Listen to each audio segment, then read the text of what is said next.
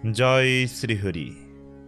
ভাগবত কথার অনুরাগী সকল শ্রোতাবৃন্দকে জানাই আমার সশ্রদ্ধ প্রণাম।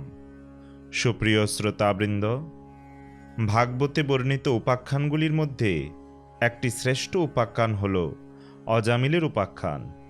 কারণ এই উপাখ্যান থেকে যে শিক্ষা আমরা পাই তা খুবই মাহাত্ম্যপূর্ণ। অজামিলের কাহিনী ভগবানের নামস্মরণের শক্তি এবং জীবনের যে কোনো পরিস্থিতিতেই মুক্তি পাওয়ার উপায় প্রদর্শন করে। সুখদেব গোস্বামী যখন বিবিধ প্রকার পাপ এবং তার ফলস্বরূপ বিবিধ প্রকার নরককুণ্ডের বর্ণনা করেন, তারপরই পরীক্ষিত মহারাজ প্রশ্ন করেন, এই পাপ থেকে মুক্তির উপায় কি? এ জগতে রজ ও তমগুণের প্রভাবে মানুষের দ্বারা বিবিধ প্রকার পাপকর্ম সংগঠিত হয়ে পড়ে এবং তার ফলস্বরূপ বিবিধ প্রকার নরক যন্ত্রণা ভোগ তার জন্য নিশ্চিত হয়। কি করে সেই পাপ থেকে মনুষ্য মুক্তি পেতে পারে? কি করলে মানুষকে আর নরক ভোগ করতে হয় না? এই উত্তম প্রশ্নের উত্তর প্রদানের জন্য সুখদেব গোস্বামী যখন পাপ থেকে মুক্তির উপায় বর্ণনা করতে শুরু করলেন, তখনই তিনি এই অজামিলের উপাখ্যান পরীক্ষিত মহারাজের কাছে বর্ণনা করেন। এই উপাখ্যান ভগবানের নামস্মরণের মাহাত্ম্য ও সমস্ত পাপ এবং তার ফলস্বরূপ নরক থেকে মুক্তি এবং অন্তিমে ভগবত প্রাপ্তির উদাহরণ হিসেবে বিবেচিত হয়। সুখদেব গোস্বামী মহারাজ পরীক্ষিতকে বললেন, যেহেতু এই অত্যন্ত গোপনীয় ঐতিহাসিক কাহিনীর সমস্ত পাপ দূর করার শক্তি রয়েছে, তাই যদি কেউ বিশ্বাস ও ভক্তি সহকারে তা শ্রবণ করেন অথবা বর্ণনা করেন, তাহলে জড়দেহ সমন্বিত হওয়া সত্ত্বেও এবং মহাপাপী হওয়া সত্ত্বেও তাকে আর নরকগামী হতে হয় না। প্রকৃতপক্ষে যমদূতেরা তাকে দর্শন পর্যন্ত করতে পারেন না। তার দেহত্যাগ করার পর তিনি ভগবদ্ধামে ফিরে যান, যেখানে তিনি শ্রদ্ধা সহকারে সমাদৃত ও পূজিত হন। তাই অজামিলের এই উপাখ্যান সবাইকে মনোযোগ সহকারে শ্রবণ করার অনুরোধ রইল। তার আগে অমৃত কাদম্বিনী চ্যানেলটি সাবস্ক্রাইব না করলে এখনই সাবস্ক্রাইব করুন আর নিত্য ভাগবত কথা শ্রবণ করুন। হরি ওম তৎসৎ। নারায়ণং নমস্কৃত্য নরং চৈব নরোত্তমং দেবীং সরস্বতীং ব্যাসং তত জয়মতধীরয়েৎ। সংসার বিজয়ী গ্রন্থ শ্রীমদ্ ভাগবত উচ্চারণ করার পূর্বে পরমেশ্বর ভগবান নারায়ণ সর্বশ্রেষ্ঠ মানব নরনারায়ণ ঋষি নামক ভগবত অবতার বিদ্যাদেবী সরস্বতী এবং ব্যাসদেবকে আমি আমার সশ্রদ্ধ প্রণতি নিবেদন করি। ওম নমো ভগবতে বাসুদেবায়। মহারাজ পরীক্ষিত বললেন, হে প্রভু, হে সুখদেব গোস্বামী, আপনি পূর্বে মুক্তির পথ বর্ণনা করেছেন। সেই পথ অনুসরণ করে অবশ্যই ক্রমে ক্রমে ব্রহ্মাণ্ডের সর্বোচ্চ লোক ব্রহ্মলোকে উন্নীত হওয়া যায় এবং সেখান থেকে ব্রহ্মার সঙ্গে চিৎজগতে উন্নীত হওয়া যায়। এইভাবে জীবের জন্ম মৃত্যুর বন্ধন থেকে নিষ্কৃতি লাভ হয়। হে মহর্ষি সুখদেব গোস্বামী, জীব যতক্ষণ পর্যন্ত জরা প্রকৃতির গুণের প্রভাব থেকে মুক্ত না হয়, ততক্ষণ তাকে সুখ দুঃখ ভোগ করার জন্য বিভিন্ন প্রকার শরীর ধারণ করতে হয় এবং সেই শরীর অনুসারে তার বিভিন্ন প্রকার প্রবৃত্তি হয়। এই প্রবৃত্তি অনুসরণ করে সে প্রবৃত্তি মার্গে ভ্রমণ করে এবং স্বর্গাদি লোক প্রাপ্তি হয়, যে কথা পূর্বেই বর্ণিত হয়েছে। আপনি অধর্মস্বরূপ যে নানাবিধ নরক রয়েছে তারও বর্ণনা করেছেন এবং আপনি প্রথম যে মন্বন্তরে ব্রহ্মার পুত্র স্বয়ম্ভুব মনু আবির্ভূত হন সে আদি মন্বন্তরের কথাও বর্ণনা করেছেন। হে প্রভু, আপনি প্রিয়ব্রত উত্তানপাদের বংশ এবং চরিত্র বর্ণনা করেছেন। পরমেশ্বর ভগবান যেভাবে বিভাগ লক্ষণ ও পরিমাণ নির্দেশ করে বিভিন্ন লোক বর্ষ নদী উদ্যান বনস্পতি প্রভৃতি সৃষ্টি করেছেন এবং যেভাবে ভূমণ্ডল জ্যোতিষচক্র ও পাতালাদি লোকের সংস্থান করেছেন, আপনি তাও বর্ণনা করেছেন। হে মহাভাগ সুখদেব গোস্বামী, যে উপায় অবলম্বন করলে মানুষকে নানা প্রকার অসহ্য যন্ত্রণাময় নরকে পতিত হতে হয় না, এখন আপনি আমার কাছে সেই উপায় কৃপাপূর্বক ব্যাখ্যা করুন। শ্রীল সুখদেব গোস্বামী উত্তর দিলেন, হে রাজন, মৃত্যুর পূর্বে এই জীবনেই মন বাক্য ও শরীর দ্বারা যে পাপ আচরণ করা হয়েছে, মনুসংহিতা এবং অন্যান্য ধর্মশাস্ত্রের বর্ণনা অনুসারে মানুষ যদি যথাযথভাবে তার প্রায়শ্চিত্ত না করে, তাহলে মৃত্যুর পর তাকে নরকে অসহ্য যন্ত্রণা ভোগ করতে হবে, যে কথা আমি পূর্বেই আপনার কাছে বর্ণনা করেছি। অতএব মৃত্যুর পূর্বেই শরীর সুস্থ থাকতে থাকতে শীঘ্রই শাস্ত্রের নির্দেশ অনুসারে প্রায়শ্চিত্ত অনুষ্ঠানে যত্নবান হওয়া উচিত। তা না হলে সময় নষ্ট হয়ে যাবে এবং পাপের ফল বর্ধিত হবে। অভিজ্ঞ চিকিৎসক যেমন রোগের গুরুত্ব এবং লঘুত্ব বিবেচনা করে চিকিৎসা করেন, তেমনি পাপের মহত্ব অল্পত্ব বিবেচনা করে সেই অনুসারে প্রায়শ্চিত্ত করা কর্তব্য। মহারাজ পরীক্ষিত বললেন, মানুষ জানে যে পাপ কর্ম করা তার পক্ষে অকল্যাণকর, কারণ সে দেখতে পায় যে রাষ্ট্রের আইনে পাপে দণ্ডিত হয়। সাধারণ মানুষেরা তাকে তিরস্কার নিন্দা করে এবং শাস্ত্র ও তত্ত্বজ্ঞ ব্যক্তিদের কাছ থেকে সে জানতে পারে যে পাপীকে পরবর্তী জীবনে নরকে যন্ত্রণা ভোগ করতে হয়। কিন্তু তা সত্ত্বেও মানুষ বারবার পাপকর্মে লিপ্ত হয়, এমনকি প্রায়শ্চিত্ত করার পরেও। অতএব এই প্রকার প্রায়শ্চিত্তের কি মূল্য আছে? পাপকর্ম না করার ব্যাপারে অত্যন্ত সচেতন ব্যক্তিও কখনো কখনো পুনরায় পাপকর্মে লিপ্ত হয়। তাই আমি এই প্রায়শ্চিত্তের পন্থাকে হস্তি স্নানের মতো নিরর্থক বলে মনে করি। কারণ হস্তি স্নান করার পর ডাঙায় উঠেই সেই তার মাথায় এবং গায়ে ধূলি নিক্ষেপ করে। বেদ ব্যাস নন্দন শ্রীল সুখদেব গোস্বামী উত্তর দিলেন, হে রাজন, যেহেতু পাপকর্মের ফল নিষ্ক্রিয় করার এই পন্থাটিও সকাম কর্ম, তাই তার দ্বারা কর্মের বন্ধন থেকে মুক্ত হওয়া যায় না।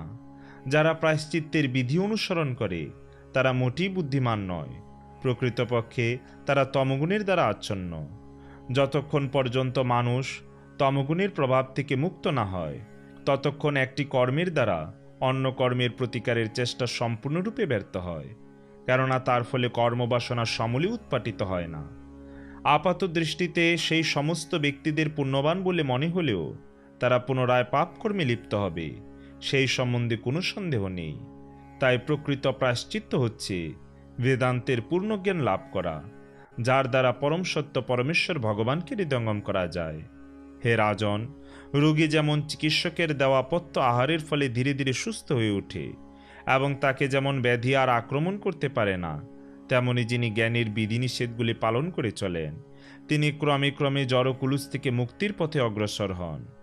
মনকে একাগ্র করার জন্য ব্রহ্মচর্য পালন অবশ্য কর্তব্য এবং কখনো সেই স্তর থেকে পতিত হওয়া উচিত নয়। স্বতঃস্ফূর্তভাবে ইন্দ্রিয় সুখ পরিত্যাগ করে তপশ্চর্যা করা উচিত, মন এবং ইন্দ্রিয় সংযত করা উচিত, দান করা উচিত, সত্যনিষ্ঠ হওয়া উচিত, সূচি এবং অহিংস হওয়া উচিত, বিধিনিষেধ পালন করা উচিত এবং নিয়মিতভাবে ভগবানের দিব্য নাম জপ করা উচিত। এইভাবে ধর্মতত্ত্ব সম্বন্ধে অবগত শ্রদ্ধাসমন্বিত ধীর ব্যক্তি তার দেহ, বাণী এবং মনের দ্বারা কৃত সমস্ত পাপ থেকে সাময়িকভাবে পবিত্র হন। সেই পাপগুলি বাঁশঝাড়ের নিচে শুকনো লতার মতো, যেগুলি আগুনে পোড়ানো হলেও তাদের মূল থেকে প্রথম সুযোগে আবার সেই লতাগুলি গজাতে থাকে। যারা সম্পূর্ণরূপে শুদ্ধ ভগবত ভক্তির পন্থা অবলম্বন করেছেন, তারাই কেবল পাপ কর্মরূপ আগাছাকে সমূলে উৎপাটিত করতে পারেন এবং সে আগাছাগুলির পুনরুদ্গমের আর কোনো সম্ভাবনা থাকে না। ভগবত ভক্তির অনুশীলনের প্রভাবেই কেবল তা সম্ভব হয়, ঠিক যেমন সূর্য তার কিরণের দ্বারা অচিরেই কুয়াশা দূর করে দেয়। হে রাজন, কোনো পাপী যদি ভগবত ভক্তির সেবায় যুক্ত হওয়ার মাধ্যমে ভগবানের চরণে আত্মসমর্পণ করেন, তাহলে তিনি সম্পূর্ণরূপে পবিত্র হতে পারেন। আমি পূর্বেই বলেছি যে তপশ্চর্যা, ব্রহ্মচর্য এবং প্রায়শ্চিত্তের অন্যান্য পন্থার দ্বারা পবিত্র হওয়া যায় না। সুশীল এবং সদ্গুরু সম্পূর্ণ শুদ্ধ ভক্ত যে পথ অনুসরণ করেন, সেটি এই জগতে সবচাইতে মঙ্গলময় পথ। সেই পথ ভয়বিহীন এবং শাস্ত্রের দ্বারা স্বীকৃত। হে রাজন, সুরাভাণ্ড যেমন বহু নদীর জলে ধৌত করলেও শুদ্ধ হয় না, তেমনি অতি সুন্দরভাবে অনুষ্ঠিত প্রায়শ্চিত্তের পন্থার দ্বারা অভক্ত পবিত্র হতে পারে না। শ্রীকৃষ্ণকে পূর্ণরূপে উপলব্ধি না করলেও যারা অন্তত একবার তার শ্রীপাদপদ্মে শরণাগত হয়েছে এবং যারা তার নাম, রূপ, গুণ ও লীলার প্রতি আকৃষ্ট হয়েছে, তারা সম্পূর্ণরূপে সমস্ত পাপ থেকে মুক্ত, কারণ তারা প্রায়শ্চিত্তের প্রকৃত পন্থা অবলম্বন করেছে। সেই শরণাগত ব্যক্তি স্বপ্নেও পাপীদের বন্ধন করার জন্য পাশ বহনকারী যমদূতদের দর্শন করেন না। এই বিষয়ে পণ্ডিত এবং মহাত্মারা একটি পুরাতন ইতিহাস দৃষ্টান্তস্বরূপ বর্ণনা করেন। বিষ্ণুদূত ও যমদূতের আলোচনা সমন্বিত এই ঘটনাটি আপনি আমার কাছে শ্রবণ করুন। কান্যকুজ নগরে অজামিল নামে এক ব্রাহ্মণ বাস করত। সে এক বেশ্যা দাসীকে বিবাহ করে তার সঙ্গ প্রভাবে সমস্ত ব্রাহ্মণোচিত সদ্গুণ হারিয়েছিল। এই অধপতিত ব্রাহ্মণ অজামিল মানুষকে বন্দী করে, দুধক্রীড়ায় প্রবঞ্চনা করে অথবা সরাসরিভাবে লুণ্ঠন করে অন্যদের কষ্ট দিত। এইভাবে সে তার স্ত্রী পুত্রদের ভরণ পোষণ করার জন্য জীবিকা উপার্জন করত। হে রাজন, বহু পুত্র সমন্বিত তার পরিবারে লালন পালন করার জন্য নানা রকম জঘন্য পাপকর্মে লিপ্ত হয়ে তার ৮৮ বৎসর দীর্ঘ আয়ু অতিক্রান্ত হয়েছিল। বৃদ্ধ অজামিলের 10টি পুত্র ছিল। তার মধ্যে সর্বকনিষ্ঠ পুত্রটির নাম ছিল নারায়ণ। যেহেতু নারায়ণ ছিল তার পুত্রদের মধ্যে সর্বকনিষ্ঠ, তাই সে পিতামাতার অত্যন্ত প্রিয় ছিল। বৃদ্ধ অজামিলের চিত্ত সেই অস্ফুট মধুরবাসী শিশুটির প্রতি আকৃষ্ট হয়ে থাকত। সে সর্বদা সেই শিশুটিকে নিয়ে থাকত এবং শিশু সুলভ কার্যকলাপ দেখে আনন্দিত হতো। অজামিল নিজে যখন কোনো কিছু আহার করত অথবা পান করত, তখন সে সেই শিশুটিকে ভোজন করাতো এবং পান করাতো। এইভাবে শিশুটির লালন পালন করে এবং তার নারায়ণ নাম উচ্চারণ করে অজামিল সর্বদা ব্যস্ত থাকত এবং সে বুঝতে পারেনি যে এখন তার আয়ু সমাপ্ত হয়ে মৃত্যু আসন্ন হয়েছে। যখন মূর্খ অজামিলের মৃত্যুকাল উপস্থিত হলো, তখন সে কেবল তার পুত্র নারায়ণের কথা চিন্তা করতে লাগলো। অজামিল তখন দেখতে পেল যে 3 জন পাশহস্ত, বক্রমুখ, ঊর্ধ্বরমা, অত্যন্ত ভয়ঙ্কর দর্শন পুরুষ তাকে জমালয়ে নিয়ে যাওয়ার জন্য এসেছে। তাদের দেখে অজামিল অত্যন্ত বিভ্রান্ত হয়েছিল এবং কিছু দূরে খেলায় মগ্ন তার পুত্রটির প্রতি আসক্তিবশত অজামিল উচ্চস্বরে তার নাম ধরে ডাকতে শুরু করে। এইভাবে অশ্রুপূর্ণ নয়নে সে নারায়ণের নাম উচ্চারণ করেছিল। হে রাজন, বিষ্ণুদূতেরা মরণোন্মুখ অজামিলের মুখ থেকে তাদের প্রভুর দিব্য নাম শ্রবণ করে তৎক্ষণাৎ সেখানে উপস্থিত হয়েছিলেন। অজামিল নিশ্চয়ই নিরপরাধে সেই নাম উচ্চারণ করেছিল, কারণ সে অত্যন্ত ভয়ার্থ হয়ে সেই নাম উচ্চারণ করেছিল। যমদূতেরা যখন বেশ্যাপতি অজামিলের আত্মাকে তার হৃদয়ের অভ্যন্তর থেকে বলপূর্বক টেনে বার করছিল, তখন বিষ্ণুদূতেরা বজ্র নির্ঘোষরে তাদের নিবারণ করেছিলেন। সূর্যপুত্র যমরাজের দূতেরা এইভাবে নিবারিত হয়ে উত্তর দিয়েছিল, যমরাজের শাসনের প্রতিরোধ করার দুঃসাহসী আপনারা কারা? আপনারা কার সেবক? কোথা থেকে আপনারা এসেছেন এবং কেন আপনারা আমাদের অজামিলকে স্পর্শ করতে বাধা দিচ্ছেন? আপনারা কি দেবতা, উপদেবতা অথবা শ্রেষ্ঠ ভক্ত? আপনাদের নয়ন পদ্মফুলের পাপড়ির মতো বিস্ফারিত। আপনারা পীত কৌশেয় বস্ত্রধারী। আপনাদের সকলের মাথাতেই কিরিট, কর্ণে কুণ্ডল, গলদেশে পদ্মফুলের মালা শোভা পাচ্ছে এবং আপনারা সকলেই নবযৌবন সম্পন্ন। আপনাদের দীর্ঘ চতুর্ভুজ, ধনুক, তুন, অশ্বী, গদা, শঙ্খচক্র ও পদ্মের দ্বারা অলঙ্কৃত। আপনাদের দেহ নির্গত রশ্মিচ্ছটা এক অপূর্ব জ্যোতির দ্বারা এই স্থানের অন্ধকার দূর করেছি। আপনারা কেন আমাদের বাধা দিচ্ছেন? শ্রীল সুখদেব গোস্বামী বললেন, যমদূতেরা এইভাবে বললে, বাসুদেবের সেবকেরা হেসে জলদ্গম্ভীর স্বরে বললেন, তোমরা যদি সত্যিই যমরাজের সেবক হও, তাহলে আমাদের কাছে ধর্মের স্বরূপ এবং অধর্মের লক্ষণ বলো। দণ্ডদানের বিধি কি? দণ্ডের উপযুক্ত কে? সমস্ত কর্মীরাই কি দণ্ডনীয়, অথবা তাদের মধ্যে কয়জন মাত্র? যমদূতেরা উত্তর দিল, বেদে যা কিছু নির্ধারিত হয়েছে তাই ধর্ম এবং তার বিপরীত হচ্ছে অধর্ম। বেদ সাক্ষাৎ নারায়ণ এবং তা স্বয়ং উদ্ভূত হয়েছে। সেই কথা আমরা যমরাজের কাছে শুনেছি। সর্বকারণের পরম কারণ নারায়ণ তার ধাম চিৎজগতে বিরাজ করেন, কিন্তু তা সত্ত্বেও তিনি সত্য, রজ এবং তম জরা প্রকৃতির এই 3টি গুণের দ্বারা সমগ্র জগৎকে নিয়ন্ত্রণ করেন। এইভাবে সমস্ত জীব বিভিন্ন গুণ, বিভিন্ন নাম, বর্ণাশ্রম ধর্ম অনুসারে বিভিন্ন কর্তব্য এবং বিভিন্ন রূপ প্রাপ্ত হয়েছে। এইভাবে নারায়ণ হচ্ছেন সমগ্র জগতের কারণ। সূর্য, অগ্নি, আকাশ, বায়ু, দেবতা, চন্দ্র, সন্ধ্যা, দিন, রাত্রি, দিক, জল, পৃথিবী এবং পরমাত্মা স্বয়ং জীবের সমস্ত কর্মের সাক্ষী। এই সমস্ত সাক্ষীদের দ্বারা বিজ্ঞাত অধর্ম আচরণকারী দণ্ডের পাত্র। সকাম কর্মে লিপ্ত প্রতিটি ব্যক্তি তাদের পাপকর্ম অনুসারে দণ্ডনীয়। হে বৈকুণ্ঠবাসীগণ, আপনারা নিষ্পাপ, কিন্তু এই জড়জগতে পাপ অথবা পুণ্যকর্ম অনুষ্ঠানকারী সকলেই কর্মী। উভয় প্রকার কর্মই তাদের পক্ষে সম্ভব, কারণ তারা জড়া প্রকৃতির 3টি গুণের দ্বারা কলুষিত এবং গুণের প্রভাব অনুসারে তারা কর্ম করতে বাধ্য হয়। দেহধারী জীব কখনো কর্ম না করে থাকতে পারে না, এবং প্রকৃতির গুণ অনুসারে যারা কর্ম করে তারা পাপকর্ম করতে বাধ্য। তাই এই জড়জগতে সমস্ত জীবই দণ্ডনীয়। এই জীবনে যে ব্যক্তি যে পরিমাণ ও যে প্রকার কর্ম অথবা অধর্ম আচরণ করে, পরবর্তী জীবনে সেই ব্যক্তি সেই পরিমাণ ও সেই প্রকার কর্মফল ভোগ করে। হে দেব শ্রেষ্ঠগণ, প্রকৃতির 3 গুণের ফলে আমরা 3 প্রকার জীবন দেখতে পাই। তার ফলে জীবেদের শান্ত, চঞ্চল এবং মূঢ়, সুখী, অসুখী এবং তাদের মধ্যবর্তী অথবা ধার্মিক, অধার্মিক এবং প্রায় ধার্মিক রূপে দেখতে পাওয়া যায়। তা থেকে আমরা ঠিক করতে পারি যে পরবর্তী জীবনেও যারা প্রকৃতির এই 3 গুণ এইভাবে কার্য করবে। ঠিক যেমন বর্তমান বসন্ত ঋতু অতীতের এবং ভবিষ্যতের বসন্ত ঋতুর প্রকৃতি নির্দেশ করে, তেমনি এই জীবনের সুখ, দুঃখ অথবা তাদের মিশ্রণ পূর্ববর্তী জীবনের এবং ভবিষ্যৎ জীবনের ধর্ম এবং অধর্ম আচরণের নিদর্শন স্বরূপ হয়। সর্বশক্তিমান যমরাজ ব্রহ্মারই মতো, কারণ তার নিজের ধামে অথবা পরমাত্মার মতো সকলের হৃদয়ে অবস্থান করে মনের দ্বারা তিনি জীবের পূর্বকৃত আচরণ দেখতে পান এবং এইভাবে তিনি বুঝতে পারেন জীব ভবিষ্যতে কিভাবে আচরণ করবে। নিদ্রা বিভূত ব্যক্তি যেমন তার স্বপ্ন দৃষ্ট শরীরকে তার নিজের স্বরূপ বলে মনে করে, ঠিক তেমনি জীব তার পূর্বকৃত পুণ্য অথবা পাপকর্ম অনুসারে প্রাপ্ত বর্তমান শরীরটিকে তার স্বরূপ বলে মনে করে এবং তার অতীত অথবা ভবিষ্যৎ জীবন সম্বন্ধে কিছুই জানতে পারে না। পঞ্চ জ্ঞানেন্দ্রিয়, পঞ্চ কর্মেন্দ্রিয় এবং পঞ্চ তন্মাত্রের ঊর্ধ্বে হচ্ছে মন, যা ষোড়শ তত্ত্ব। মনের ঊর্ধ্বে সপ্তদশ তত্ত্ব হচ্ছে আত্মা, অর্থাৎ জীব স্বয়ং, যে অন্য 16টির সহযোগিতায় একা জড়জগৎকে ভোগ করে।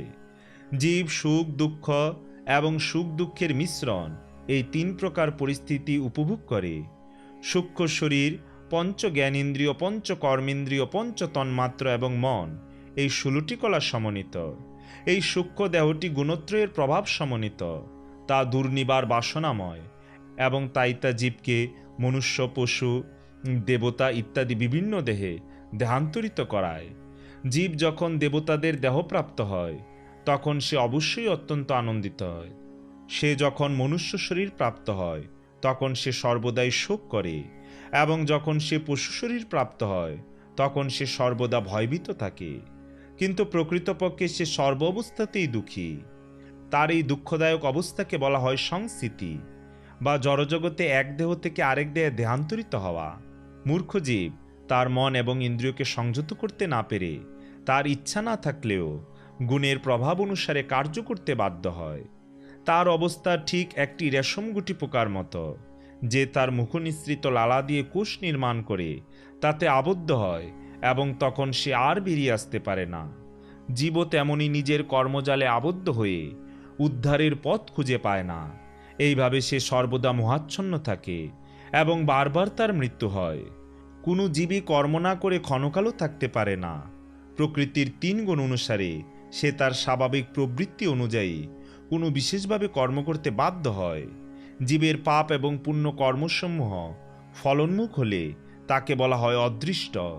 সেই অদৃষ্টই জীবের জন্মের মূল কারণ। তার প্রবল কর্মবাসনার ফলে জীব কোনো বিশেষ পরিবারে পিতৃসদৃশ এবং মাতৃসদৃশ দেহ প্রাপ্ত হয়। তার বাসনা অনুসারে তার স্থূল এবং সূক্ষ্ম দেহ সৃষ্টি হয়। জরা প্রকৃতির সংসর্গের ফলে জীবের এই বিপর্যয় বা স্বরূপ বিস্তৃতি হয়। কিন্তু মনুষ্য জীবন লাভ করার পর সে যদি ভগবান অথবা ভগবত ভক্তের সঙ্গ করার শিক্ষা লাভ করে, তাহলে সে তার এই পরিস্থিতিকে পরাভূত করতে পারে। অজামিল নামক ব্রাহ্মণ প্রথমে বৈদিক জ্ঞান সম্পন্ন ব্রাহ্মণ, সৎ স্বভাব, সদাচার এবং সদ্গুণের আলয়, ব্রতনিষ্ঠ, কোমলচিত্ত এবং জিতেন্দ্রীয় ছিলেন। উদিকুন্তু তিনি সত্যবাদী, মন্ত্রজ্ঞ এবং অত্যন্ত পবিত্র ছিলেন। অজামিল তার শ্রী গুরুদেব, অগ্নিদেব, অতিথি এবং বৃদ্ধদের প্রতি অত্যন্ত শ্রদ্ধাবান ছিলেন। তিনি বস্তুতই নিরহংকার, উন্নত চেতা, সর্বভূতির হিতকারী সুহৃদ এবং সদাচরণ সম্পন্ন ছিলেন। তিনি কখনো অনর্থক বাক্যালাপ করতেন না এবং কারো প্রতি ঈর্ষাপ্রয়ণ ছিলেন না। সেই ব্রাহ্মণ অজামিল একসময় তার পিতার আদেশে ফল, ফুল, সমিত এবং কুশগাছ সংগ্রহ করার জন্য বনে গিয়েছিলেন। গৃহে প্রত্যাবর্তনের সময় তিনি পথে এক অত্যন্ত কামার্ত শূদ্রকে লজ্জা পরিত্যাগ করে এক বেশ্যাকে আলিঙ্গন ও চুম্বন করতে দেখেন।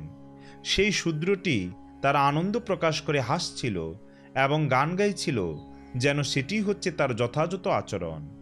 সেই শূদ্র এবং বেশ্যা উভয়ই সুরাপানে উন্মত্ত ছিল। সুরাপানের ফলে সেই বেশ্যার চোখ ঘূর্ণিত হচ্ছিল এবং তার বসন শিথিল হয়েছিল। এই রকম অবস্থায় অজামিল তাদের দর্শন করেছিলেন। শূদ্রটি হরিদ্রালিপ্ত বাহুর দ্বারা সেই বেশ্যাটিকে আলিঙ্গন করেছিল। তা দেখে অজামিলের সুপ্ত কামবাসনা উদ্দীপ্ত হয়েছিল এবং বিমোহিত হয়ে তিনি তখন কামের বশীভূত হয়েছিলেন। তিনি তখন স্ত্রী দর্শন পর্যন্ত না করার শাস্ত্র নির্দেশ যথাসাধ্য স্মরণ করার চেষ্টা করেছিলেন। এই জ্ঞান এবং তার বুদ্ধির দ্বারা তিনি নিজেকে সংযত করার চেষ্টা করেছিলেন, কিন্তু হৃদয়ের মদন বেগের প্রভাবে তিনি তার মনকে সংযত করতে পারলেন না। রাহু যেভাবে চন্দ্র এবং সূর্যকে গ্রাস করে, সেইভাবে সেই ব্রাহ্মণ অজামিল গ্রহগ্রস্ত হওয়ার ফলে তার বুদ্ধি হারিয়ে ফেলেছিলেন।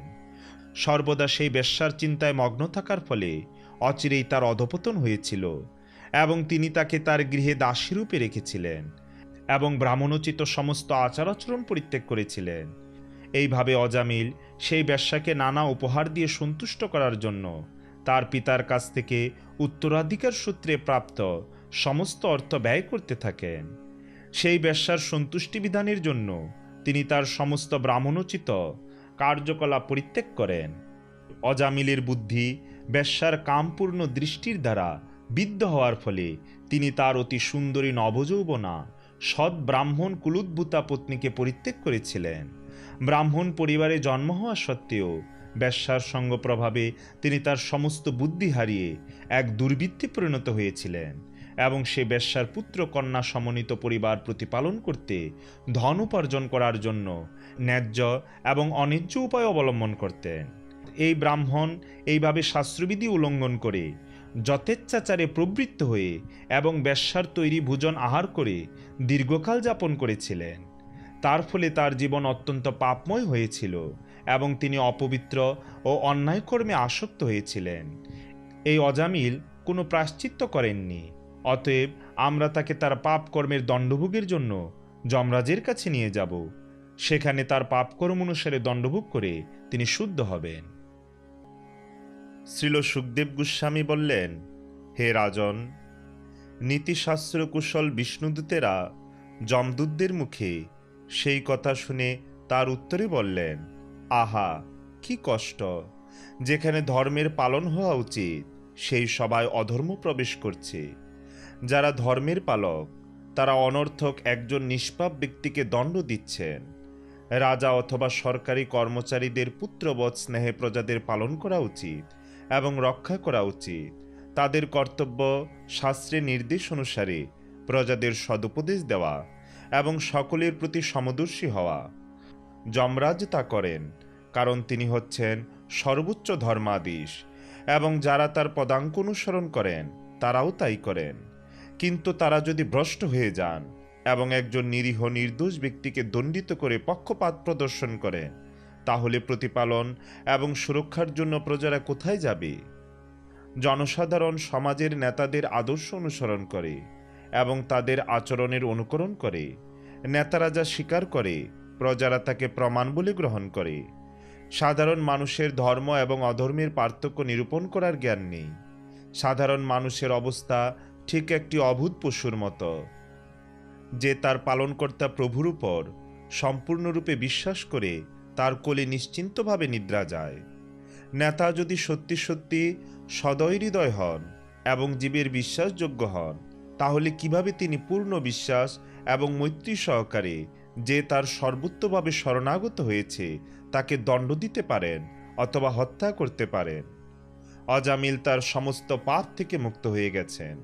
প্রকৃতপক্ষে তিনি কেবল এই জীবনের পাপের প্রায়শ্চিত্তই করেননি, বিবশ হয়ে নারায়ণের দিব্য নাম উচ্চারণ করার ফলে তার কোটি কোটি জন্মের পাপের প্রায়শ্চিত্ত হয়ে গেছে। যদিও তিনি শুদ্ধ নাম উচ্চারণ করেননি, তবুও কেবল নামাবাসের ফলে তিনি এখন শুদ্ধ হয়ে মুক্তি লাভের যোগ্য হয়েছেন।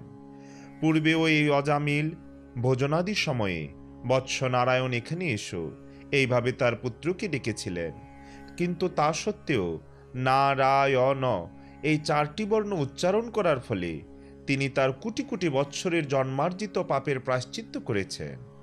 স্বর্গ অথবা অন্যান্য মূল্যবান বস্তু অপহরণকারী, মদ্যপায়ী, মিত্রদ্রোহী, ব্রহ্মঘাতী, গুরুপত্নীগামী, স্ত্রী হত্যাকারী, গো হত্যাকারী, পিতৃহত্যাকারী, রাজ হত্যাকারী এবং অন্য যে সমস্ত মহাপাতকী রয়েছে, শ্রীবিষ্ণুর নাম উচ্চারণই তাদের শ্রেষ্ঠ প্রায়শ্চিত্ত। কেবল ভগবান শ্রীবিষ্ণুর দিব্য নাম উচ্চারণের ফলেই এই প্রকার পাপীরা ভগবানের দৃষ্টি আকর্ষণ করে এবং ভগবান তখন মনে করেন, যেহেতু এই ব্যক্তি আমার নাম উচ্চারণ করেছে, তাই আমার কর্তব্য হচ্ছে তাকে রক্ষা করা। ভগবান শ্রীহরির দিব্য নাম একবার উচ্চারণ করে মানুষ যেভাবে নির্মল হয়, বৈদিক ব্রত অথবা প্রায়শ্চিত্ত করার ফলে সেইভাবে নির্মল হওয়া যায় না। যদিও প্রায়শ্চিত্ত করার ফলে পাপ থেকে মুক্ত হওয়া যায়, কিন্তু তার ফলে ভগবদ্ ভক্তির উন্মেষ হয় না।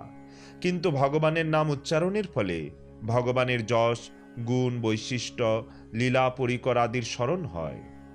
ধর্মশাস্ত্রে যে প্রায়শ্চিত্তে নির্দেশ দেওয়া হয়েছে তার দ্বারা হৃদয় সম্পূর্ণরূপে নির্মল হয় না, কারণ প্রায়শ্চিত্তের পরে মানুষের মন আবার জড়জাগতিক কার্যকলাপের দিকে ধাবিত হয়।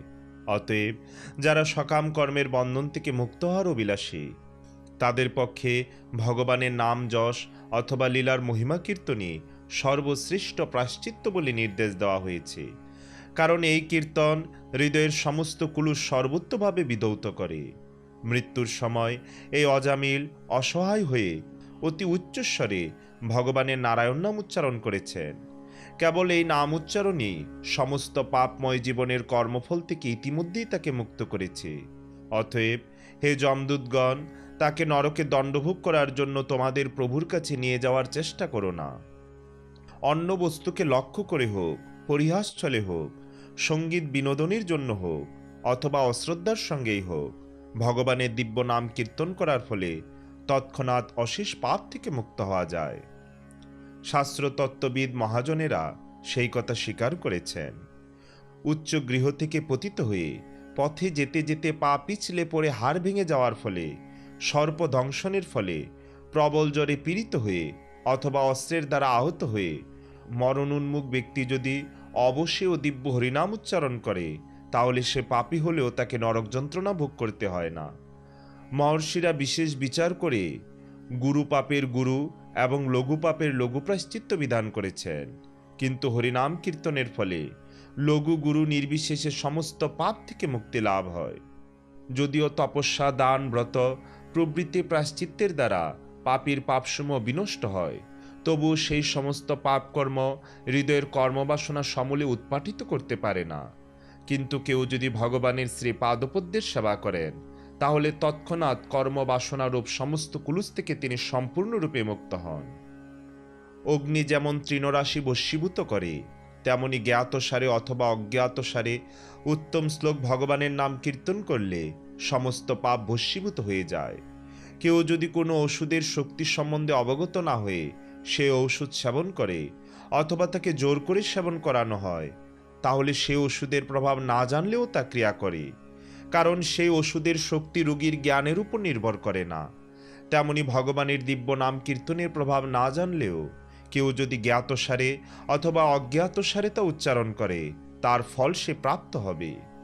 শ্রীল সুখদেব গোস্বামী বললেন, হে রাজন, বিষ্ণুদূতেরা এইভাবে অত্যন্ত সুন্দরভাবে যুক্তিতর্কের দ্বারা ভাগবত ধর্মের সিদ্ধান্ত বিচার করে ব্রাহ্মণ অজামিলকে যমদূতদের বন্ধন থেকে মুক্ত করেছিলেন এবং আসন্ন মৃত্যু থেকে পরিত্রাণ করেছিলেন। হে অরিণীসূদন মহারাজ পরীক্ষিত, এইভাবে বিষ্ণুদূতদের প্রত্যুত্তর শুনে যমদূতেরা যমরাজের কাছে গিয়ে তাকে সমস্ত বৃত্তান্ত সবিস্তারে বর্ণনা করেছিলেন। যমদূতদের বন্ধন থেকে মুক্ত হয়ে ব্রাহ্মণ অজামিল ভয়মুক্ত হয়েছিলেন এবং প্রকৃতিস্থ হয়েছিলেন। তিনি তখন নতমস্তকে বিষ্ণুদূতদের শ্রীপাদপদ্মে তার সশ্রদ্ধ প্রণতি নিবেদন করেছিলেন। তাদের দর্শন করে তার তখন পরম আনন্দ হয়েছিল, কারণ তারা তাকে যমদূতদের হাত থেকে উদ্ধার করেছিলেন। হে নিষ্পাপ মহারাজ পরীক্ষিত, মহাপুরুষ শ্রী ভগবানের অনুচর বিষ্ণুদূতেরা দেখলেন যে অজামিল কিছু বলতে চাইছেন, তাই তারা সহসা তার সামনে থেকে অন্তর্হিত হয়ে গেলেন। যমদূত এবং বিষ্ণুদূতদের কথোপকথন শ্রবণ করে অজামিল বুঝতে পেরেছিলেন জরা প্রকৃতির 3 গুণের অধীন ধর্ম কি। সেই তত্ত্ব 3 বেদে বর্ণিত হয়েছে। তিনি জীব এবং ভগবানের সম্পর্ক সম্বন্ধীয় চিন্ময় গুণাতীত ভাগবত ধর্ম সম্বন্ধে অবগত হয়েছিলেন। অধিকন্তু তিনি ভগবানের নাম যশ গুণ লীলা আদি মহিমাও শ্রবণ করেছিলেন। এইভাবে তিনি পূর্ণরূপে শুদ্ধ ভক্তে পরিণত হয়েছিলেন। তার তখন পূর্বকৃত পাপকর্মের কথা স্মরণ হয়েছিল এবং সেই জন্য তিনি অত্যন্ত অনুতপ্ত হয়েছিলেন। অজামিল বললেন, হায়, আমার ইন্দ্রিয়ের দাস হয়ে আমি কতই না অধপতিত হয়েছিলাম। আমি আমার ব্রাহ্মণোচিত গুণ হারিয়ে একটি বেশ্যার গর্ভে সন্তান উৎপাদন করেছি। হায়, আমাকে ধিক, আমি এতই পাপী যে আমি আমার কুলে কলঙ্ক লেপন করেছি। আমি আমার তরুণী সাধ্বী স্ত্রীকে পরিত্যাগ করে সুরাপায়িনী এক বেশ্যার সঙ্গে রত হয়েছি। আমাকে ধিক, আমার পিতামাতা বৃদ্ধ ছিলেন এবং তাদের দেখাশোনা করার জন্য কোনো পুত্র বা বন্ধু ছিল না। যেহেতু আমি তাদের রক্ষণাবেক্ষণ করিনি, তাই তাদের নানা দুঃখ কষ্ট ভোগ করতে হয়েছে। হায়, একজন জঘন্য নীচ অকৃতজ্ঞ ব্যক্তির মতো আমি তাদের সেই অবস্থায় ফেলে রেখেছিলাম। এই প্রকার কার্যকলাপের পরিণতি এখন আমার কাছে স্পষ্ট হয়েছে। আমার মতো পাপীকে অবশ্যই ধর্মনীতি ভঙ্গকারী এবং অত্যন্ত কামুক ব্যক্তিদের জন্য যে ভয়ঙ্কর নরক রয়েছে সেখানে নিক্ষেপ করা হবে, যেখানে তাদের দুঃসহ যন্ত্রণা ভোগ করতে হয়। আমি কি স্বপ্ন দেখেছিলাম, না তা বাস্তব ছিল? আমি দেখেছিলাম ভয়ঙ্কর দর্শন পুরুষেরা হাতে দড়ি নিয়ে আমাকে বেঁধে নিয়ে যেতে এসেছিল। তারা এখন কোথায় গেছে?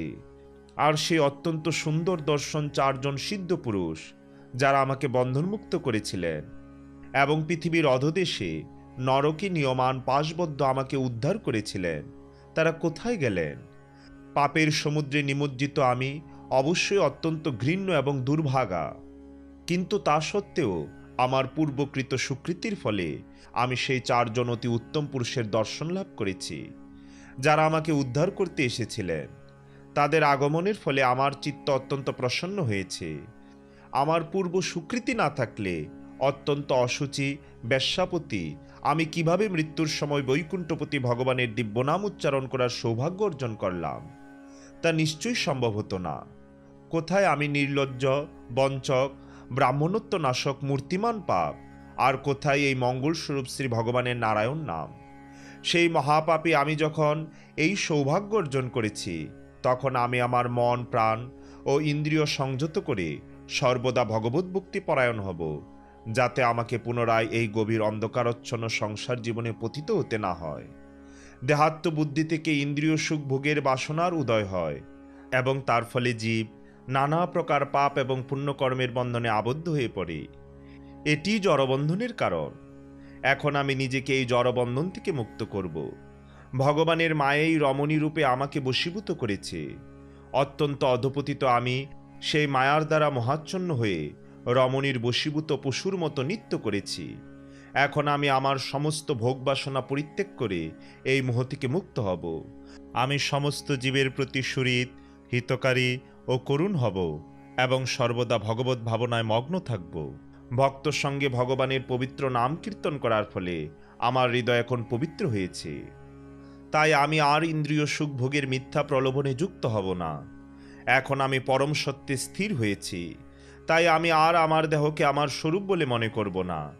আমি দেহাদিতে আমি এবং আমার ধারণা ত্যাগ করে ভগবানের শ্রী পাদপদ্মে আমার মনকে নিবিষ্ট করব।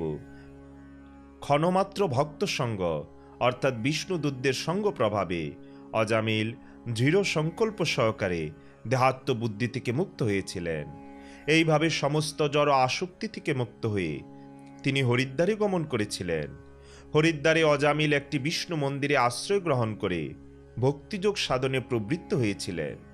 তিনি তার ইন্দ্রিয়গুলিকে সম্পূর্ণরূপে সংযত করে তার মন ভগবানের সেবায় সম্পূর্ণরূপে নিবিষ্ট করেছিলেন। অজামিল পূর্ণরূপে ভগবত ভক্তিতে যুক্ত হয়েছিলেন।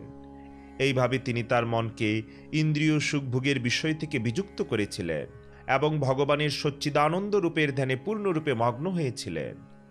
যখন তার বুদ্ধি এবং মন ভগবানের স্ত্রীরূপে নিবদ্ধ হয়েছিল, তখন ব্রাহ্মণ অজামিল আবার তার সম্মুখে 4 জন দিব্য পুরুষকে দেখতে পেলেন।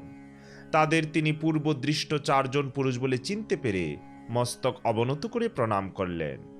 বিষ্ণুদূতদের দর্শন করে অজামিল হরিদ্বারে গঙ্গার তীরে তার জড়দেহ ত্যাগ করেছিলেন। তিনি তার চিন্ময় স্বরূপ প্রাপ্ত হয়েছিলেন, যা ভগবত পার্শ্বদের উপযুক্ত ছিল। বিষ্ণুদূতদের সঙ্গে স্বর্ণ নির্মিত বিমানে আরোহণ করে অজামিল আকাশমার্গে লক্ষ্মীপতি ভগবান শ্রীবিষ্ণুর ধামে গমন করেছিলেন। অজামিল ছিলেন ব্রাহ্মণ, কিন্তু অসৎসঙ্গের ফলে তিনি ব্রাহ্মণোচিত অনুষ্ঠান এবং ধর্ম পরিত্যাগ করেছিলেন। অধপতিত হয়ে তিনি চৌর্যবৃত্তি, সুরাপান এবং অন্যান্য সমস্ত জঘন্য কার্যে লিপ্ত হয়েছিলেন। তিনি একটি বেশ্যাকেও একজন রক্ষিতা রূপে রেখেছিলেন। তার ফলে যমদূতেরা তাকে নরকে নিয়ে যাচ্ছিল, কিন্তু নারায়ণের নামাভাস উচ্চারণের প্রভাবে তিনি তৎক্ষণাৎ যমপাশ থেকে মুক্ত হয়েছিলেন। অতএব যারা জড়জগতের বন্ধন থেকে মুক্ত হওয়ার অভিলাষী, তাদের কর্তব্য যে ভগবানের শ্রীপাদপদ্মে সমস্ত পবিত্র তীর্থ বিরাজ করে, সেই ভগবানের নাম, যশ, রূপ, লীলা আদির মহিমা কীর্তন করার পন্থা অবলম্বন করা। পুণ্য প্রায়শ্চিত্ত, মনোধর্মী জ্ঞান এবং অষ্টাঙ্গ যোগ ধ্যান আদি অন্যান্য পন্থায় যথার্থ লাভ হয় না, কারণ এই সমস্ত পন্থা অনুশীলন করার পরেও রজ এবং তমগুণের দ্বারা কলুষিত মনকে সংযত করতে সমর্থ না হওয়ার ফলে মানুষ পুনরায় সকাম কর্মে লিপ্ত হয়। যেহেতু এই অত্যন্ত গোপনীয় ঐতিহাসিক কাহিনীর সমস্ত পাপ দূর করার শক্তি রয়েছে, তাই যদি কেউ বিশ্বাস এবং ভক্তি সহকারে তা শ্রবণ করেন অথবা বর্ণনা করেন, তাহলে জড়দেহ সমন্বিত হওয়া সত্ত্বেও এবং মহাপাপী হওয়া সত্ত্বেও তাকে আর নরকগামী হতে হয় না। প্রকৃতপক্ষে যমদূতেরা তাকে দর্শন পর্যন্ত করতে পারে না। তার দেহত্যাগ করার পর তিনি ভগবদ্ধামে ফিরে যান, যেখানে তিনি শ্রদ্ধা সহকারে সমাদৃত এবং পূজিত হন। মৃত্যুর সময় অজামিল তার পুত্রকে সম্বোধন করে ভগবানের দিব্য নাম উচ্চারণ করার ফলে ভগবদ্ধামে ফিরে গিয়েছিলেন। অতএব যারা শ্রদ্ধা সহকারে এবং নিরপরাধে ভগবানের দিব্য নাম কীর্তন করেন, তারা যে ভগবদ্ধামে ফিরে যাবেন না, সেই সম্বন্ধে কি কোনো সন্দেহ থাকতে পারে? মহারাজ পরীক্ষিত বললেন, হে সুখদেব গোস্বামী, যমরাজ সমস্ত জীবের ধর্মাধর্মের বিচারক, কিন্তু এখানে আমরা দেখতে পাচ্ছি যে তার আদেশ প্রতিহত হয়েছে। তার ভৃত্য যমদূতেরা যখন অজামিলকে বন্দী করার ব্যাপারে বিষ্ণুদূতদের কাছে তাদের পরাজয়ের কথা তাকে বর্ণনা করল, তখন তিনি কি বললেন? হে ঋষিবর, পূর্বে কখনো যমরাজের আদেশ ব্যর্থ হওয়ার কথা শোনা যায়নি, তাই আমার মনে হয় মানুষের মনে সেই বিষয়ে সংশয় থাকতে পারে। আপনি ছাড়া আর কেউই এই সংশয় ছেদন করতে পারবে না, সেটি আমার দৃঢ় বিশ্বাস। অতএব কৃপা করে সেই সংশয় দূর করুন। শ্রীল সুখদেব গোস্বামী উত্তর দিলেন, হে রাজন, বিষ্ণুদূতদের দ্বারা প্রতিহত এবং পরাভূত হয়ে যমদূতেরা সংযমনীপুরীর অধীশ্বর যমরাজকে সেই বৃত্তান্ত জানিয়েছিলেন। যমদূতেরা বলল, হে প্রভু, এই জড়জগতের শাসনকর্তা কয়জন? সত্য, রজ এবং তমগুণে অনুষ্ঠিত কর্মফল প্রকাশের কারণই বা কয়টি? এই জগতে যদি বহু শাসনকর্তা এবং বিচারক থাকেন, তাহলে তাদের পরস্পর মতবিরোধের ফলে কে যে দণ্ডনীয় এবং কে যে পুরস্কৃত হবে তা বোঝা যাবে না। পক্ষান্তরে পরস্পরের বিরোধী কার্য যদি পরস্পরকে প্রতিহত করতে না পারে, তাহলে সকলেই দণ্ডভোগ করবে এবং পুরস্কৃতও হবে। যেহেতু বহু কর্মী রয়েছে, তাই তাদের বিচারের জন্য বহু বিচারক হতে পারে, কিন্তু একজন সম্রাট যেমন তার অধীনস্থ শাসকদের নিয়ন্ত্রণ করেন, তেমনি বিভিন্ন বিভাগীয় বিচারকদের নিয়ন্ত্রণ করার জন্য একজন মুখ্য বিচারক থাকা আবশ্যক। মুখ্য শাসনকর্তা একজন, বহু হতে পারেন না। আমরা জানতাম যে আপনি হচ্ছেন সর্বোচ্চ বিচারক এবং দেবতারাও আপনার অধীন।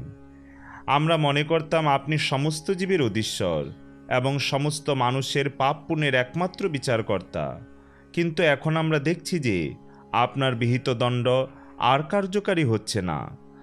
4 জন অদ্ভুত দর্শন সিদ্ধ পুরুষ আপনার আদেশ লঙ্ঘন করেছেন। আমরা মহাপাপী অজামিলকে আপনার আদেশ অনুসারে নরকে নিয়ে আসছিলাম।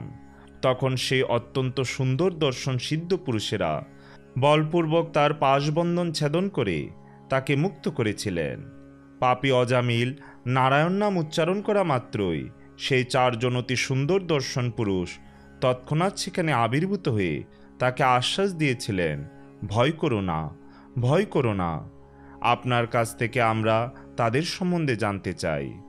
আপনি যদি মনে করেন যে আমরা তাদের বুঝতে পারব, তাহলে দয়া করে আপনি বলুন তারা কে। শ্রীল সুখদেব গোস্বামী বললেন, তার দূতদের এই প্রকার প্রশ্নে নারায়ণ এই দিব্য নাম শ্রবণ করে অত্যন্ত প্রসন্ন হয়ে জীবদের নিয়ন্তা যমরাজ ভগবানের শ্রী পাদপদ্ম স্মরণ করে তার দূতদের বলতে লাগলেন, হে দূতগণ, তোমরা আমাকেই সর্বশ্রেষ্ঠ বলে মনে করো, কিন্তু প্রকৃতপক্ষে আমি তা নই। আমার ঊর্ধ্বে এবং ইন্দ্র চন্দ্র আদি সমস্ত দেবতাদের ঊর্ধ্বে একজন পরম ঈশ্বর ও নিয়ন্তা রয়েছে। ব্রহ্মা, বিষ্ণু এবং শিব, যারা এই ব্রহ্মাণ্ডের সৃষ্টি, স্থিতি এবং বিনাশের অধ্যক্ষ, তারা তারই অংশ। বস্ত্রের সূত্রের মতো এই বিশ্বতাতে ওতপ্রোতভাবে অবস্থিত। বলদ যেমন নাসিকা সংলগ্ন রজ্জুর দ্বারা নিয়ন্ত্রিত হয়, সমগ্র জগৎও তেমনি তার দ্বারা নিয়ন্ত্রিত হচ্ছে। গরুর গাড়ির চালক যেমন নাসা সংলগ্ন রজ্জুর দ্বারা বলদদের নিয়ন্ত্রণ করে, তেমনি ভগবান বেদ বাক্যরূপী রজ্জুর দ্বারা সমস্ত মানুষকে আবদ্ধ করেছেন, যা মানব সমাজের ব্রাহ্মণ, ক্ষত্রিয়, বৈশ্য এবং শূদ্র আদি বিভিন্ন নাম এবং কর্ম অনুসারে বর্ণিত হয়েছে। ভয়ে ভীত হয়ে এই সমস্ত বর্ণের মানুষেরা তাদের স্বীয় কর্ম অনুসারে ভগবানকে পূজোপহার প্রদান করেন।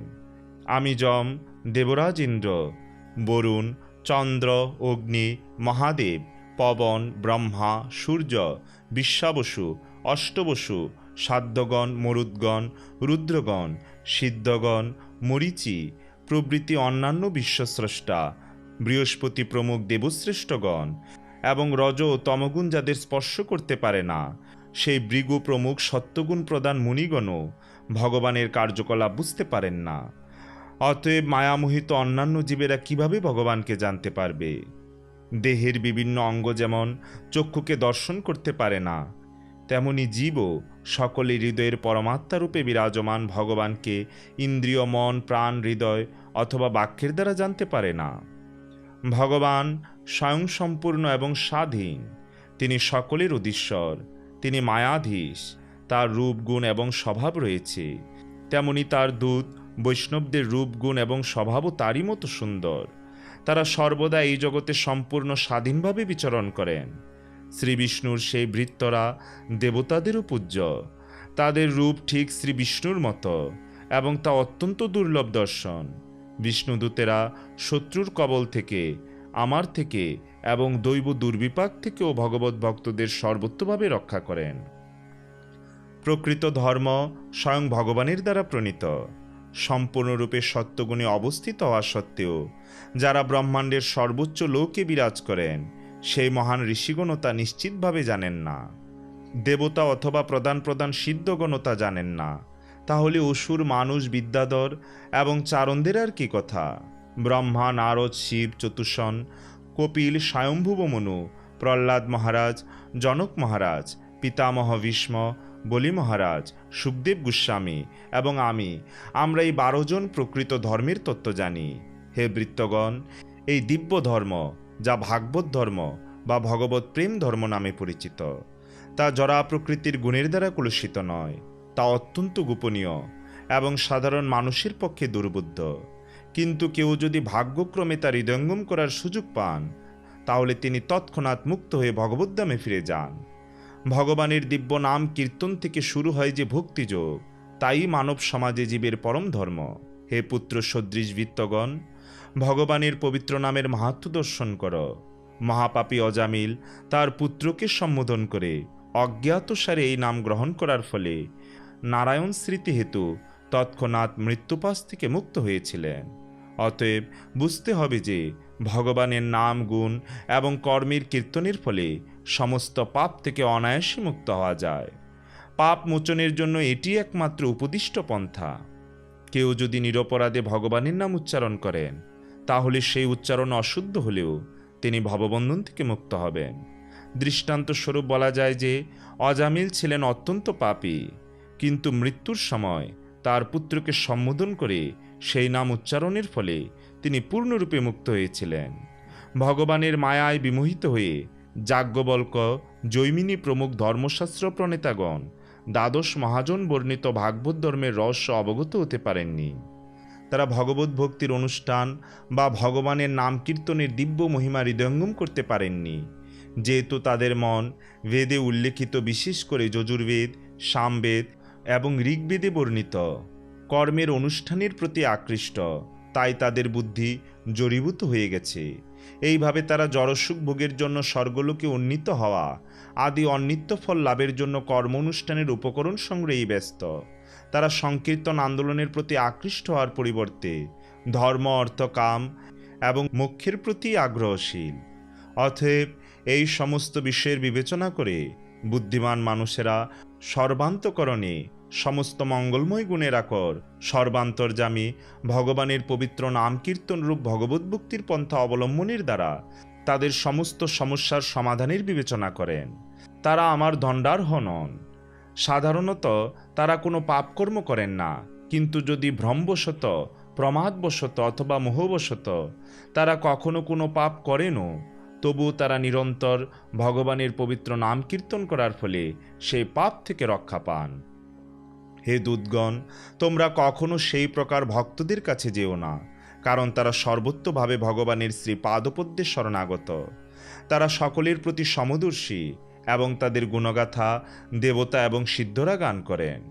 তাদের কাছে পর্যন্ত তোমরা যেও না। ভগবানের গদা তাদের সর্বত্রভাবে রক্ষা করে এবং ব্রহ্মা, আমি এমনকি কাল পর্যন্ত তাদের দণ্ড দিতে পারে না। পরমহংস হচ্ছেন তারা যাদের জড় সুখভোগের প্রতি কোনো আসক্তি নেই এবং যারা সর্বদা ভগবানের শ্রী পাদপদ্মের মধুপান করেন। হে দূতগণ, যারা সেই পরমহংসদের সঙ্গ করে না, যাদের সেই মধুপানে কোনো রকম স্পৃহা নেই এবং যারা নরকের দ্বার স্বরূপ গৃহস্থ জীবন এবং জড় সুখভোগের প্রতি আসক্ত, তাদেরই আমার কাছে দণ্ডদানের জন্য আনয়ন করো। হে বৃত্তগণ, সেই সমস্ত পাপীদেরই আমার কাছে নিয়ে এসো, যাদের জিহবা ভগবানের নাম, গুণ ইত্যাদি কীর্তন করে না, যাদের চিত্ত একবারও শ্রীহরির শ্রী পাদপদ্ম স্মরণ করে না এবং যাদের মস্তক একবারও শ্রীহরির চরণে প্রণত হয় না, আর যারা মনুষ্য জীবনের একমাত্র কর্তব্য শ্রী বিষ্ণুর ব্রত অনুষ্ঠান করে না, তাদেরও আমার কাছে নিয়ে এসো। তারপর যমরাজ নিজেকে এবং তার ভৃত্যদের অপরাধী বলে মনে করে ভগবানের কাছে ক্ষমা ভিক্ষা করে বললেন, হে ভগবান, অজামিলের মতো একজন বৈষ্ণবকে বন্দি করে আমার ভৃত্যরা অবশ্যই এক মহা অপরাধ করেছে। হে নারায়ণ, হে পুরাণ পুরুষ, দয়া করে আপনি আমাদের ক্ষমা করুন। অজ্ঞানতাবশত আমরা অজামিলকে আপনার ভৃত্য বলে চিনতে পারিনি এবং তার ফলে আমরা অবশ্যই এক মহা অপরাধ করেছি। তাই কৃতাঞ্জলি পুটে আমরা আপনার কাছে ক্ষমা ভিক্ষা করছি। হে ভগবান, যেহেতু আপনি পরম দয়ালু এবং সমস্ত সদ্গুণ সমন্বিত, তাই দয়া করে আপনি আমাদের ক্ষমা করুন। আমরা আপনার প্রতি আমাদের সশ্রদ্ধ প্রণতি নিবেদন করি। শ্রীল সুখদেব গোস্বামী বললেন, হে কুরুনন্দন, ভগবানের নাম সংকীর্তন গুরুতর পাপসমূহকেও সমূলে উচ্ছেদ করতে পারে। তাই সেই নাম সংকীর্তনই সমগ্র জগতের মূলস্বরূপ। তা অবগত হওয়ার চেষ্টা করুন, যাতে অন্যেরা নিষ্ঠা সহকারে সেই পন্থা অবলম্বন করে। নিরন্তর ভগবানের পবিত্র নাম এবং তার কার্যকলাপ শ্রবণ ও কীর্তন করার ফলে অনায়াসী শুদ্ধ ভক্তির উদয় হয়, যা হৃদয়ের সমস্ত কুলুষ বিধৌত করে। তা যেভাবে অন্তঃকরণকে বিশুদ্ধ করে, ব্রত আদি বৈদিক কর্মকাণ্ডের অনুষ্ঠান তা পারে না। নিরন্তর শ্রীহরির শ্রীপাদপদ্মের মধুপানরত ভক্তেরা প্রকৃতির 3 গুণের অধীনে সম্পাদিত দুঃখ দুর্দশা প্রদানকারী জড়জাগতিক কার্যকলাপে কখনো আসক্ত হন না। তারা কখনো ভগবানের শ্রী পাদপদ্ম ত্যাগ করে জড়জাগতিক কার্যকলাপে রত হন না। কিন্তু যারা বৈদিক কর্মকাণ্ড অনুষ্ঠানের প্রতি আসক্ত, তারা ভগবানের শ্রী পাদপদ্মের সেবায় অবহেলা করার ফলে কাম বাসনার দ্বারা মোহিত হয়ে কখনো কখনো প্রায়শ্চিত্ত করে। কিন্তু তা সত্ত্বেও তাদের হৃদয় পূর্ণরূপে শুদ্ধ না হওয়ার ফলে তারা পুনরায় সেই পাপকর্মে লিপ্ত হয়। যমদূতেরা তাদের প্রভুর মুখে ভগবানের এবং তার নাম যশ ও গুণাবলীর মহিমা শ্রবণ করে অত্যন্ত বিস্মিত হয়েছিল। তখন থেকে তারা ভগবত ভক্তদের দর্শন করা মাত্রই তাদের প্রতি পুনরায় দৃষ্টিপাত পর্যন্ত করতেও ভয় করে। কুম্ভ উদ্ভূত মহর্ষি অগস্ত্য যখন মলয় পর্বতে অবস্থান করে ভগবানের আরাধনায় রত ছিলেন, তখন তিনি আমাকে এই অত্যন্ত গোপনীয় ইতিহাস বলেছিলেন। ওম তৎসৎ ইতি শ্রীমদ্ ভাগবতের ষষ্ঠ স্কন্ধে বর্ণিত অজামিলের উপাখ্যান সমাপ্ত। সবাইকে পরবর্তী ভিডিও দেখার আমন্ত্রণ রইল। জয় জয় ভক্ত অজামিলের জয়, জয় জয় গ্রন্থরাজ শ্রী শ্রীমদ্ ভাগবত মহাপুরাণের জয়, জয় ভাগবত কথা শ্রবণকারী ভক্তবৃন্দের জয়, জয় ও শ্রীকৃষ্ণ চৈতন্য প্রভু নিত্যানন্দ শ্রী অদ্বৈত গদাধর শ্রীবাসাদি শ্রী গৌর ভক্তবৃন্দ। হরে কৃষ্ণ কৃষ্ণ কৃষ্ণ হরে হরে, হরে রাম রাম রাম হরে হরে। জয় শ্রী হরি।